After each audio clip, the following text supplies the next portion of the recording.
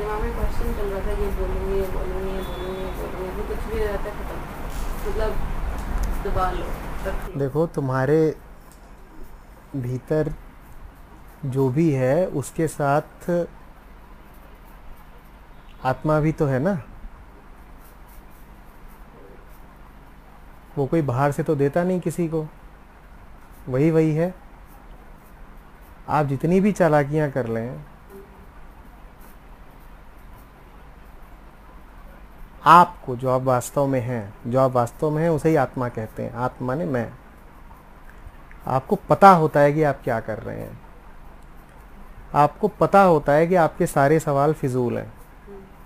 भले आप बहुत ज़ोर से चिल्ला रहे हो कि मेरे पास ये शक है, ये संदेह, पर आपको पता तो होता ही है कि फिजूल है। हर सवाल मूलतः झूठ है, ये आप जानते हैं। सच्चा कोई सवाल नहीं होता। हर सवाल में अगर गौर से देखा जाएगा तो कहाँ पर झूठ बैठा है ये आपको दिख जाएगा। मूल झूठ तो हर सवाल का यही होता है कि मैं जानता नहीं। आप सवाल पूछोगे क्यों अगर आप कहोगे कि मैं जानता हूँ? सवाल के पीछे ये भावना तो होती ही है ना कि मैं नहीं जानता। मूल झूठ तो ये है ही, और भी छोटे मोटे झूठ हैं। तो इसीलिए तुम वो सवाल लेकर के एक सात्विक वातावरण में नहीं जा पाते हो। ठीक वैसे जैसे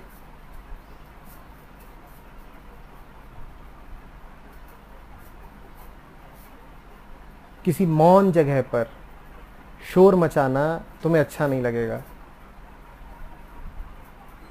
या किसी मंदिर में गंदे होके जाना तुम्हें अच्छा नहीं लगेगा। ठीक उसी तरीके से सत्य के सामने अपने झूठ लेकर के जाना तुम्हें अच्छा नहीं लगता है। तुम्हारा खुद ही मन फिर नहीं करता कि इन बातों को यहाँ रखो, कोई तुक नहीं बनता है। क्या पूछें, ये वही बातें हैं पूछने की, ये कोई पूछने की बात है? तुम्हारे सारे सवाल ऐसे हैं जैसे किसी की पीठ में खुजली हो रही हो। अब माहौल है ऊंचे से ऊंचे सत्य का, परम का, और वहां तुम सवाल क्या पूछो कि पीठ खुजलाती है महाराज क्या करें? ये कोई बात है पूछने की? और आज तक जिसने जो भी सवाल पूछा है उस सवाल की हैसियत यही है क्या, कि पीठ खुजलाती है तो जरा कोई समाधान बताइए। तुम्हारे सामने तो अगर परमात्मा भी पड़ जाए तो सवाल तो यही रहेगा कि कुछ मरहम मिलेगा क्या, जरा पीठ में खुजली होती है। अभी कोई पूछने वाली बात है? तो इसीलिए नहीं पूछ पाते हो कि पता है तुम्हें कोई पूछने वाली बात ही नहीं है, इसमें क्या पूछे। हाँ, खुजली बहुत ही ज़्यादा हो रही हो तो मजबूर हो तो पूछोगे ही, तो फिर पूछ लो। करो क्या तुम? परमात्मा परमात्मा है, तुम तो तुम ही हो, तुम्हारी पीठ खुजलाती है। तो परमात्मा से भी वरदान मांगो तो क्या कहोगे? कहोगे हम जरा झुके जाते हैं, पीठ खुजला दो। परमात्मा से भी हम मांगते हैं तो क्या मांगते हैं? यही तो मांगते हैं, पीठ खुजला दो। भाई लोग मंदिर जाते हैं तो कैसी चीजें मांगते हैं? कुछ पैसे मिल जाएं, लड़की मिल जाए, ये सब क्या चीजें? यही तो है कि पीठ खुजला दो।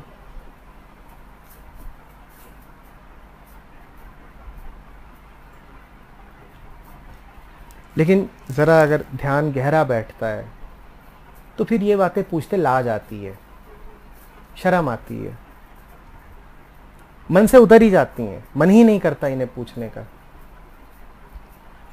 बाद में हो सकता है फिर से वही सवाल बड़ा बन जाए।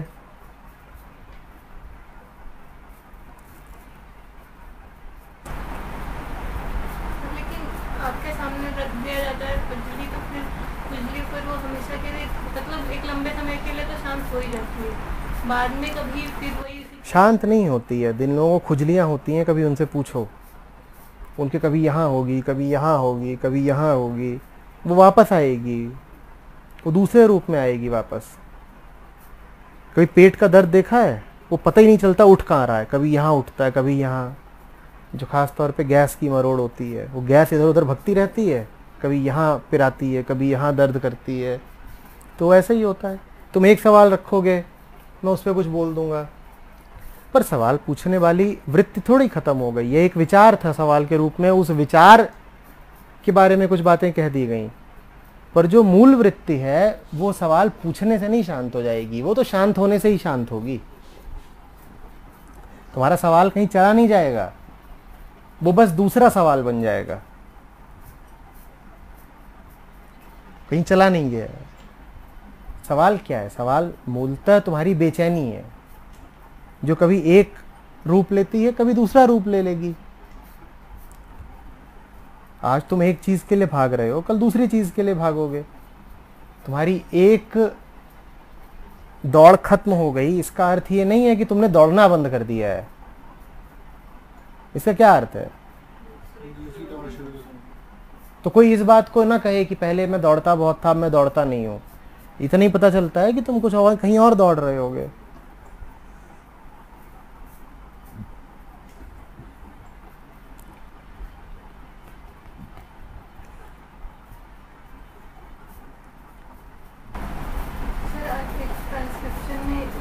बात थी, तो आपने कहा कि सवाल नहीं पूछने का मतलब ये नहीं कहा जा रहा है कि तुम सवालों को दबा दो, क्योंकि सवालों को जब तुम दबा दोगे तो वो बाद में चल के कुंठित हो जाएंगे, फिर वो तुम्हारी विकृतियाँ बन जाएंगी। इस तरीके का आज दोनों बातें हुई है ना। आज जब वीडियो चल रहा था तो उसमें कहा गया कि सवाल मूर्खता है, उसके बाद जब मैंने बात करी तो मैंने कहा कि दबाना मूर्खता है। ये दोनों ही मूर्खताएं हैं। एक है कि सवालों को बहुत ज़ोर ज़ोर से पूछ रहे हैं, और एक है कि सवालों को बहुत ज़ोर ज़ोर से। दोनों ही स्थितियों में महत्व किसको दिया? बात आ रही समझ में? एक आदमी है जो सवाल पे ही जीता है, खाता है, पीता है। भाई मेरा सवाल है, मुझे तो जवाब चाहिए ही चाहिए। और एक आदमी होता है जो सवाल को दबाने की कोशिश में लगा है। सवाल अर्थात वो स्थिति जिससे सवाल पैदा हो। वो जीवन में प्रश्नों को उठने ही नहीं देता, वो डरता है प्रश्नों से। तुम जिसका समर्थन करो वो तुम्हारे लिए महत्वपूर्ण, और तुम जिसके विरोध में खड़े हो वो भी तो तुम्हारे लिए महत्वपूर्ण। जो सवाल जोर जोर से पूछ रहा है वो सवालों समर्थन में खड़ा है। जो सवालों को उठने ही नहीं दे रहा, सवाल के उठने का अर्थ होता है डिसोनेंस को देखना। यही तो ईमानदारी की बात होती है ना, कि मैं जो अपने आप को समझता हूं और जो मैं कर रहा हूं वो अलग अलग है। यही तो सवाल है, इसी से सवाल उठेगा। सवाल का उठना इस अर्थ में शुभ होता है कि आपको एक शिज्म दिखाई देता है, एक बंटवारा, एक सेपरेशन, एक खाई दिखाई देती है, आपको एक विभाजन दिखाई देता है। जब वो डिसोनेंस आप देखने से ही इनकार कर रहे हो, हम जैसे ईमानदारी की बात कर रहे थे, वो क्या थी? उस ईमानदारी का मतलब था कि मेरे होने और मेरी छवि के बीच में डिसोनेंस है। जो चल रहा है और जो मैं अपने आप को प्रोजेक्ट करता हूं, उन दोनों में अंतर है। इसको दबा दिया तो भी तुमने किसको बचाया? तुम ध्यान से देखो, तुमने किसको बचाया? छवि को बचाया ना। और सवाल खूब पूछ रहे हो तो भी वो सवाल निकल तुम्हारी छवि से ही रहे हैं, और उनके ऐसे उत्तरों को तुम बर्दाश्त करते नहीं जो छवि तोड़ दें। तुम अगर ये कहती भी हो ना कि हम आपसे कुछ पूछते हैं तो उसमें सुन के शांति हो जाती है, वो शांति इसलिए नहीं हो जाती है, इस भ्रम में मत रहना कि तुम्हारा सवाल कीमती था या कि उस सवाल से संबंधित तुम्हें कोई उत्तर मिला। अगर तुम्हें कभी शांति मिलती भी है तो इसलिए नहीं कि उत्तर तुम्हारे सवाल से संबंधित होता है। तुम्हें शांति इसलिए मिलती है क्योंकि उत्तर व्यापक होता है, जनरल होता है। अगर तुम जो पूछती हो मैं उसी का जवाब देने लग जाऊं तो शांति वांति कुछ नहीं। नहीं समझ में आ रही बात? तुम तो पूछने आती हो आलू कितने रुपए किलो, इससे ज़्यादा तुमने कभी पूछा नहीं कुछ। अब मैं इसका ही जवाब देने लग जाऊं तब तो मिल चुकी शांति। तुम्हें शांति मिलती है तो इसलिए मिलती है क्योंकि मैं तुम्हारे सवाल की उपेक्षा करता हूं। मैं बहुत गंभीरता से लेते ही नहीं कि तुम पूछ क्या रही हो। मुझे वो बोलना होता है जो मुझे बोलना है, नहीं तो तुम तो यही पूछोगी कि पीले मटर किधर हैं और नीले मटर किधर हैं। इन सवालों में क्या मिलना है किसी को?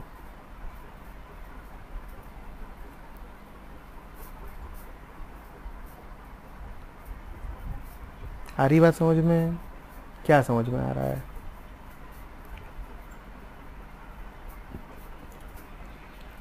जो है उसे ध्यान से देखो और उसको स्वीकार करो ताकि डिसोनेंस ना रहे। और जो दिखाई दे उस बारे में बहुत हाय तौबा मत मचाओ कि हाय दुनिया ऐसी क्यों है, मैं ऐसा क्यों हो, बस बात खत्म। चहचह की ज़रूरत नहीं है। हम दोनों ही काम नहीं करते हैं। पहला, हम ईमानदारी से देखते नहीं कि हम हैं कौन। दूसरा, कोई ज़बरदस्ती पकड़ के दिखा भी दे तो हम क्या शुरू कर देते हैं? हाय तौबा कि मेरी तो ज़िंदगी ही ख़राब है, और न इस सिरे पे जाना है ना उस सिरे पे जाना है, न तो सवाल से डर के सवाल को दबाना है और न ही सवाल को बहुत महत्व दे देना है। बेखौफ होके देखना है कि माजरा चल क्या रहा है, और जो चल रहा है उस बारे में कूल रहना है। हाँ है, यही तो है, मैं क्या करूं? हाँ है, ऐसे ही है, तो क्या करूं? नहीं समझ में आ रही बात? नहीं समझ में आ रही? फीलिंग तो बहुत बार आती है कि मतलब now tell me what to do. नहीं, नॉट, ये नहीं है कि now tell me what to do, nothing to do. Tell me what to do implies there is something to do. यही है तथाता। जो है उसके साथ कूल नहीं है अगर तो। हाँ, तो ये छवि आ गई ना तुम्हारी। यही तो डिसोनेंस है कि जो है और जो तुम अपने आप को देखना चाहते हो उसमें गैप है। कूल इसीलिए नहीं हो तुम क्योंकि तुम्हें कुछ और हो जाना है, बिकमिंग है। हाँ, कूल रहो, तुम ऐसे ही हो, फुद्दू सुद्धू कूल।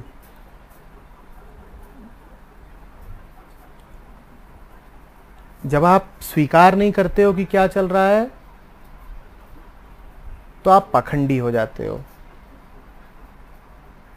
और जब आप जोर जोर से चिल्लाते हो कि जो चल रहा है वो मुझे पसंद नहीं है, मुझे बदलना है,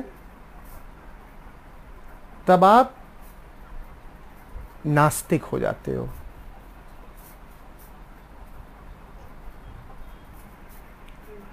पाखंडी कौन है? नास्तिक जो झूठा आस्तिक होने की कोशिश कर रहा है। उदाहरण के लिए, तुम्हें पता है कि तुम्हारा सत्य में और ब्रह्म में कोई यकीन नहीं है, पर तुम्हें बचपन से बताया ये गया है कि ईश्वर बड़ी बात, तो तुम अपनी छवि ये रखना चाहते हो कि हूं तो मैं आस्तिक। हो तुम गहराई से नास्तिक, ये तुम अच्छे से जानते हो, ठीक है ना? पर तुम इस बात को एक्नॉलेज नहीं करोगे कि मैं किसी ईश्वर को मानता वानता नहीं हूं। तो ये पाखंड है। और तुम ये मान जाओ कि हाँ मैं मानता नहीं हूं, और फिर खूब चिल्लाओ कि हाय मेरे साथ ऐसा क्यों है, हाय मेरे साथ क्यों है। तो ये गहरी नास्तिकता है। कैसे? कि मुझे पसंद ही नहीं है कि ऐसा क्यों है, मुझे बदलना है। जानो कि क्या है और जो है उसके साथ शांति से जियो।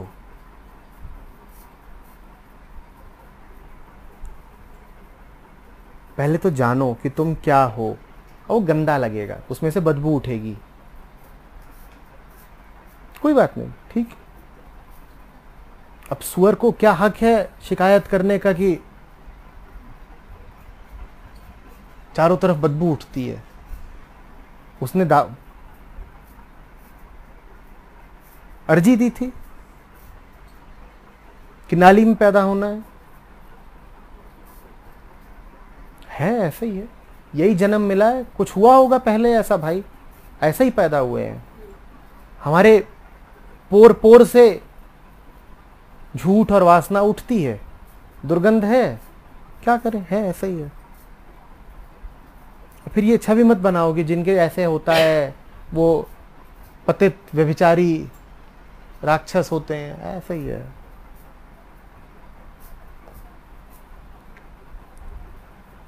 जब जो होता है उससे तुम राजी हो जाते हो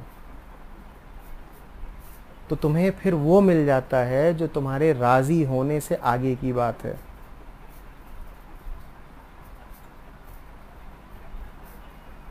परमात्मा कहता है जब तुझे वही पसंद नहीं जो मैंने तुझे दिया तो तुझे देने वाला कैसे पसंद आएगा।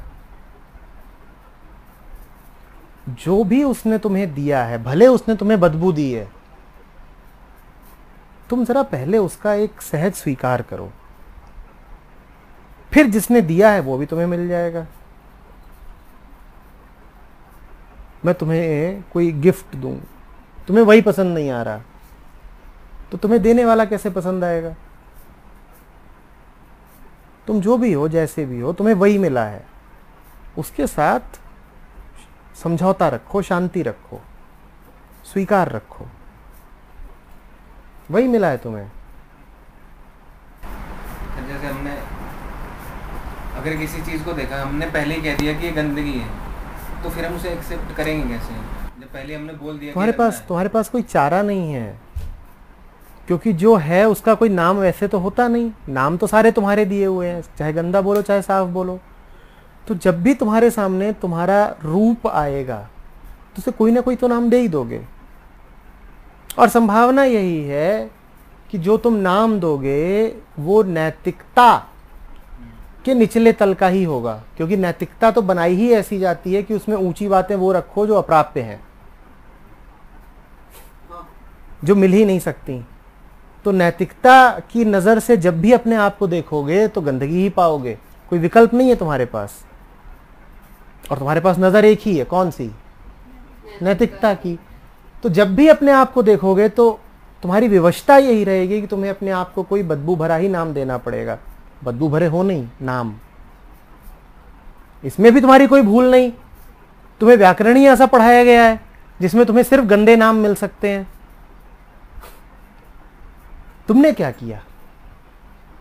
तुम भी बाहर से आए हो और तुम्हारा व्याकरण शास्त्र भी बाहर से आया है। अब उस व्याकरण के मुताबिक अगर तुम्हारा एक ही नाम हो सकता है, गंधाता, तो तुम रख लो ये नाम, ठीक। हम कौन? गंधाता, यही नाम है मेरा। और ये नाम मैं नहीं दे रहा हूं, ये नाम मुझे संसार के व्याकरण ने दिया है, ठीक। इस बात का जब सीधा स्वीकार कर लेते हो तो इससे आगे चले जाते हो। इसको मानोगे नहीं, इसको रेजिस्ट करोगे या तड़पोगे कि ऐसी मेरी हालत क्यों है, ऐसी मेरी हालत क्यों है, मुझे बचाओ, मुझे छुड़ाओ, तो इसी में फंसे रह जाओगे।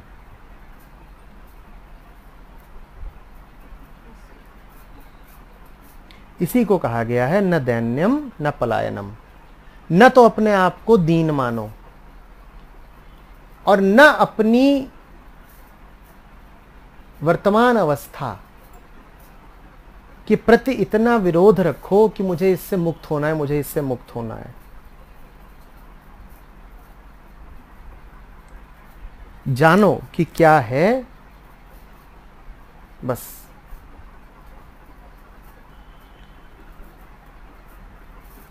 और तुम्हारे मुंह से जब भी ये बात निकले कि अभी तुम्हारी हालत क्या है, तो बड़े सहज भाव से निकले, कातर भाव से नहीं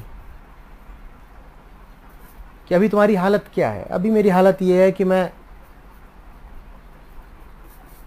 बिक रहा हूं बाजार में, अभी मेरी हालत ये है कि मैं एक बिका हुआ जीव हूं। इस बात को जब बोलो तो ऐसे नहीं बोलो जैसे कि तुमने कितना जघन्य अपराध कर दिया है। इसको ऐसे बोलो कि अभी तो मेरी हालत ऐसी है कि मैं बिका हुआ हूँ। ऐसे ही बोलो जैसे कोई कहता है ना कि अभी मेरी हालत ये है कि मैं खिचड़ी खा रहा हूँ, अभी मेरी हालत ये है कि मैं सांस ले रहा हूँ, मैं किताब पढ़ रहा हूँ। ऐसे ही बोलो कि अभी तो मेरी हालत ये है कि मैं रोज़ बिक रहा हूँ। जो आदमी ये सीख लेता है, साफ साफ देख पा रहा है, दो बातें हैं, पहला साफ साफ देख पा रहा है कि वो बिका हुआ है, और दूसरा इस बिकने के प्रति उसमें कोई विरोध नहीं है, कोई आग्रह नहीं है कि परमात्मा तैने मोहे काहे बेचा, जो भी है सो है, हम कौन है, हम बिके हुए हैं। ये कुछ नहीं पता क्या हो रहा है। मुझे कुछ पता नहीं है क्या हो रहा, और कुछ पता नहीं है क्या हो रहा तो कोई बड़ी बात नहीं हो गई। नहीं पता है क्या हो रहा है,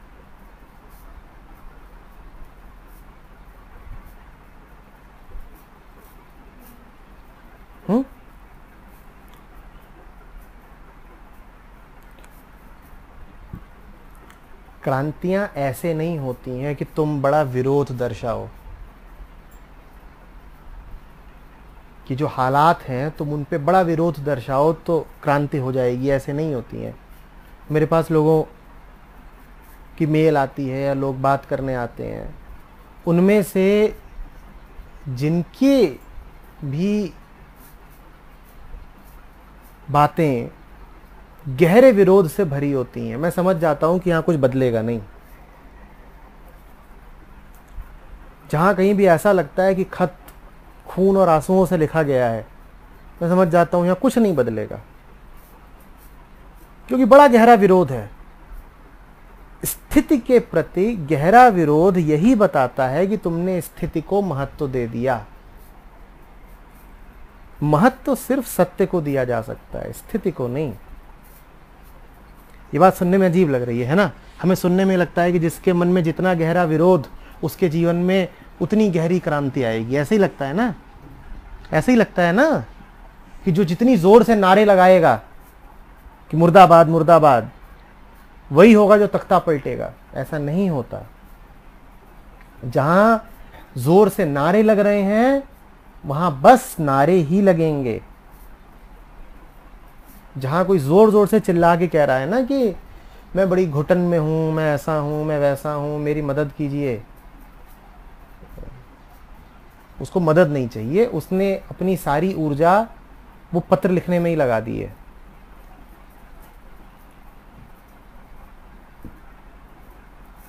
जब आपको स्थिति का सहज आभास होता है तब होती है क्रांति। रोना, चीखना, चिल्लाना ये तो एडजस्टमेंट के तरीके हैं, समायोजन के। कोई मर जाता है, आप छाती पीटते हो, ये क्या है? ये एक एडजस्टमेंट मेथड है। You are trying to cope with the situation. बात को समझो ध्यान से। इसीलिए जो छाती नहीं पीटता, लोग चाहते हैं कि वो छाती पीटे और रोए। ये एडजस्टमेंट मेथड्स हैं। यहां कोई क्रांति नहीं होगी। आपका मुर्दे को दोबारा प्राण देने का कोई इरादा नहीं है, या है? आप कह रहे हो जो होना था वो तो हो गया, ये तो है। अब हम जरा समायोजित हो लें, हम जरा कोप कर लें, एडजस्ट हो लें, तो आप रोते हो। ध्यान से देखो क्या हो रहा है। जिसे मरना था मर गया, क्या किसी का भी ये इरादा है कि इसे दोबारा प्राण दे? है इरादा? आप कहते हो मर तो गया ही है। अब हम जरा एडजस्ट हो लें, तो रोना वो एडजस्टमेंट। जब भी कोई जोर से रो रहा हो, घर से जोर जोर से विलाप की आवाज आ रही हो, साफ समझ लो कि मुर्दा अब जिएगा नहीं। सबने मान लिया है कि मौत आखिरी है, इसीलिए इतनी जोर से रो रहे हैं। जो रो नहीं रहा उसने कम से कम ये आशा बाकी रखी है कि बच जाए, जिलाऊंगा जिलाऊंगा। बहुत जोर से विरोध मत प्रदर्शित करो। इतना चिल्ला चिल्लू के, इतना हाय हाय करके तुम सिर्फ एक तरीका पैदा कर रहे हो जो है उसी को चलते देने का, ये चलता रहे।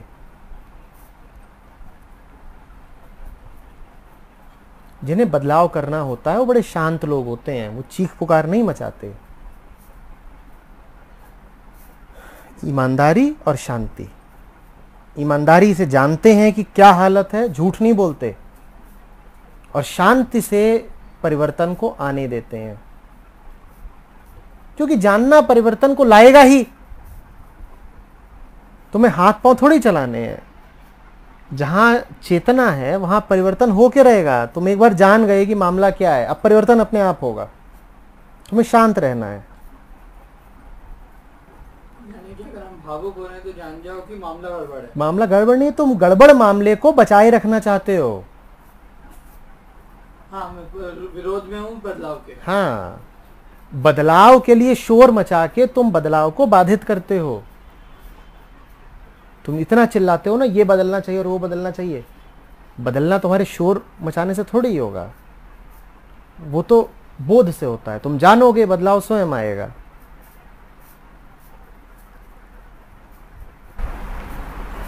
बट ये इसमें वो नहीं बाधा पड़ता कि मुझे दिख ही नहीं रही है। ठीक है, नहीं मैं यही तो बोल रहा हूं ना कि देख लो और शोर मत मचाओ। देख भी लो और शोर भी मत मचाओ। हम दोनों में से एक काम करते हैं, या तो देखेंगे नहीं, और अगर देख लेंगे तो शोर मचाएंगे। मैं कह रहा हूं जान भी लो कि सब कितना फालतू है और फिर शोर मत मचाओ। शांति से क्रांति को होने दो। शांति से क्रांति को होने दो। क्रांति शोर मचा के नहीं आती, शांति से आती है।